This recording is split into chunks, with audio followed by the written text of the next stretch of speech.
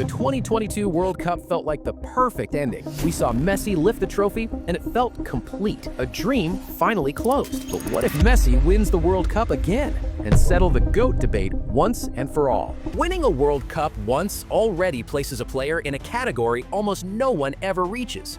Winning it twice is something the sport has never witnessed in the modern era. And yet, 4 years after Qatar, the idea still refuses to disappear. Because when you look at Lionel Messi, it doesn't feel like the story is completely finished. So here's a thought that shouldn't even make sense. What if Messi wins the World Cup again? Modern football does not allow repeat World Cup winners anymore. That isn't an opinion, it's the outcome of how the tournament and the sport itself have changed. In earlier eras, continuity was possible. Squads stayed together for years, players played fewer matches per season, and tactical preparation was far more limited. When Brazil won in 1958 and 1962, most of the core played domestic football. Fitness demands were lower, and opponents had limited footage, data, and scouting tools. The gap between teams was wider, and surprises lasted longer. That world no longer exists.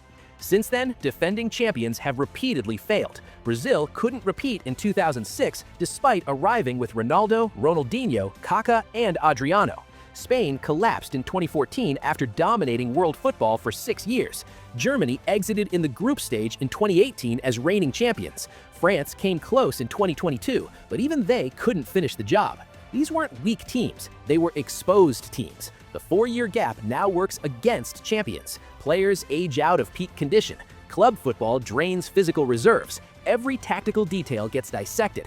By the time a champion returns, opponents aren't reacting anymore. They're waiting. The World Cup doesn't reward dominance, it rewards survival at the right moment. That's where Lionel Messi becomes a problem for logic rather than a hero of the story. He already won the one trophy modern football usually allows you to win once. For almost everyone, that moment closes the arc. Comparisons to Pelé don't solve this. Pelé played in a football ecosystem with fewer matches, less pressing, and far less tactical scrutiny.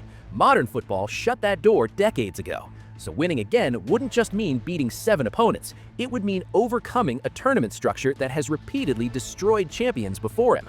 This is no longer about belief or emotion. The real issue is why this idea hasn't already been dismissed as impossible. And yet, 4 years later, it still refuses to go away. Not because of nostalgia, but because something after 2022 didn't feel like an ending. Qatar 2022 didn't complete Lionel Messi's story. It removed something that had followed him for most of his career.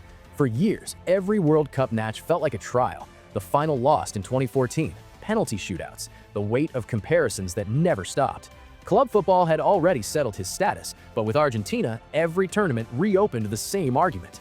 By his mid-30s, Messi wasn't just trying to win games, he was trying to close a case that never seemed to end. You could see that pressure even early in Qatar. After the opening loss to Saudi Arabia, the tournament could have collapsed around him like it had before.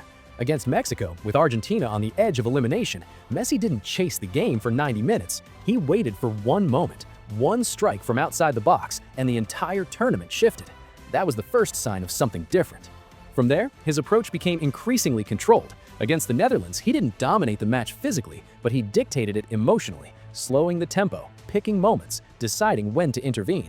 In the final against France, he wasn't everywhere. He didn't need to be. He appeared when the match reached its breaking point again and again. Once the trophy was lifted, the pressure vanished instantly. Not slowly, not over time. The debate ended, and with it, the need to constantly justify himself. That's when Messi became selective. He stopped forcing involvement, conserved energy, and trusted the structure around him.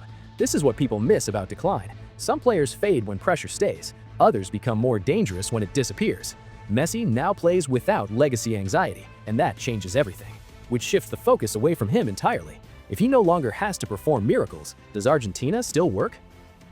The idea that Lionel Messi is still carrying Argentina no longer matches what's happening on the pitch. Under Lionel Scaloni, Argentina stopped being a team built around rescue moments. The midfield triangle provides constant protection. Rodrigo de Paul handles pressing and ball recovery. Enzo Fernandez controls tempo and progression. Alexis McAllister links phases and arrives late into the box. That balance keeps the center stable so the game doesn't collapse onto Messi's shoulders. Out wide, Argentina now has direct outlets. Julian Alvarez presses relentlessly and stretches defenses vertically. Nicolás Tagliafico and Nahuel Molina provide width without forcing Messi to drift wide to create space. The workload that once drained him is spread across the squad. This changes Messi's role completely. He no longer drops deep to organize build-up or tracks back to reset structure. He waits higher, reads the rhythm, and steps in when the match needs a decision. Long stretches can pass without him dominating the ball, and Argentina remains in control. That's the key shift. Messi is no longer a lifeline. He's a finisher of processes the team sustains without him. Tournament football rewards this kind of balance, not constant brilliance, but protection around the one player who can tilt everything with a single touch.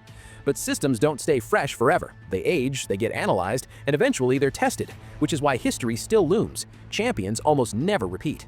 Chapter 4. Disappearing Advantage. When Messi arrived at Qatar in 2022, he still had something modern champions rarely keep for long: uncertainty. Opponents knew his quality, but they didn't know how Argentina would structure itself around him under pressure. Scaloni's system was still evolving, roles were flexible. Messi's function changed from match to match. That ambiguity mattered. It bought him time and space that usually disappear after a title. That advantage is gone now. Every major opponent heading toward 2026 is building game plans to limit Messi's influence without collapsing defensively. His positioning, preferred zones, and moments of acceleration have all been logged, replayed, and tested. Argentina won once by being adaptable. The second time, adaptability becomes harder to disguise. Age compounds that exposure. Messi doesn't need to decline dramatically for this to matter. He only needs to lose half a step, one recovery sprint, one extra touch under pressure.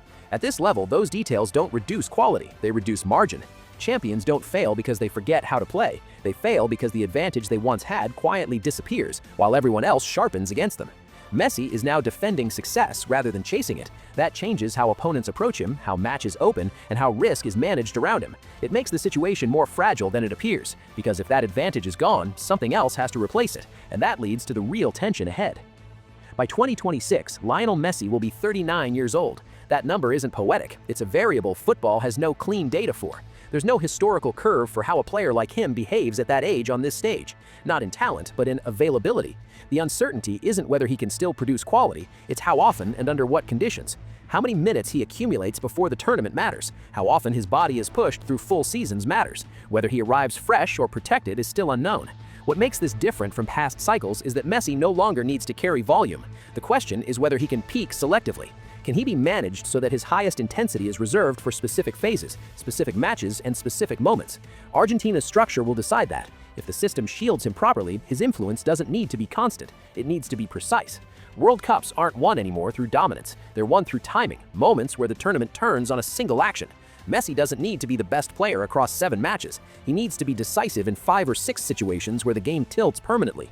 Argentina's group stage in 2026 is unlikely to demand maximum output from him. That lowers immediate risk and increases the chance that his energy is conserved for the rounds where margins disappear, which is why this remains unresolved, because if Messi can arrive healthy, protected, and timed properly, the impossible stops looking unrealistic. What it would actually mean. If Lionel Messi were to win the World Cup again, it wouldn't be just another trophy added to an already crowded resume. It would change how football evaluates achievement itself. 2 World Cups in the modern era wouldn't end debates through sentiment or popularity. They would end them structurally. The argument wouldn't be about style, teammates, or eras anymore. It would be about limits and the fact that one player crossed the hardest boundary in the sport twice under conditions designed to prevent repetition. This wouldn't be about outplaying rivals or collecting accolades. It would be about rewriting what football quietly assumes is impossible. The World Cup is built to resist dominance. It fractures champions, exposes systems, and punishes continuity. Winning it once is an outlier. Winning it twice isn't supposed to happen anymore. That's why this wouldn't validate Messi through luck. It would do the opposite. Luck doesn't survive repetition. Randomness doesn't align twice across 4-year cycles, different squads, different opponents, and different physical realities. If it happened again, the explanation wouldn't be fortune. It would be inevitability under pressure. Messi's career wouldn't just represent excellence within the game. It would represent a breach of the game's own constraints. A player doing twice what modern football allows you to do once. And that's why this question won't sit comfortably no matter how unlikely it seems. The question isn't whether it's likely. The question is why it still feels possible.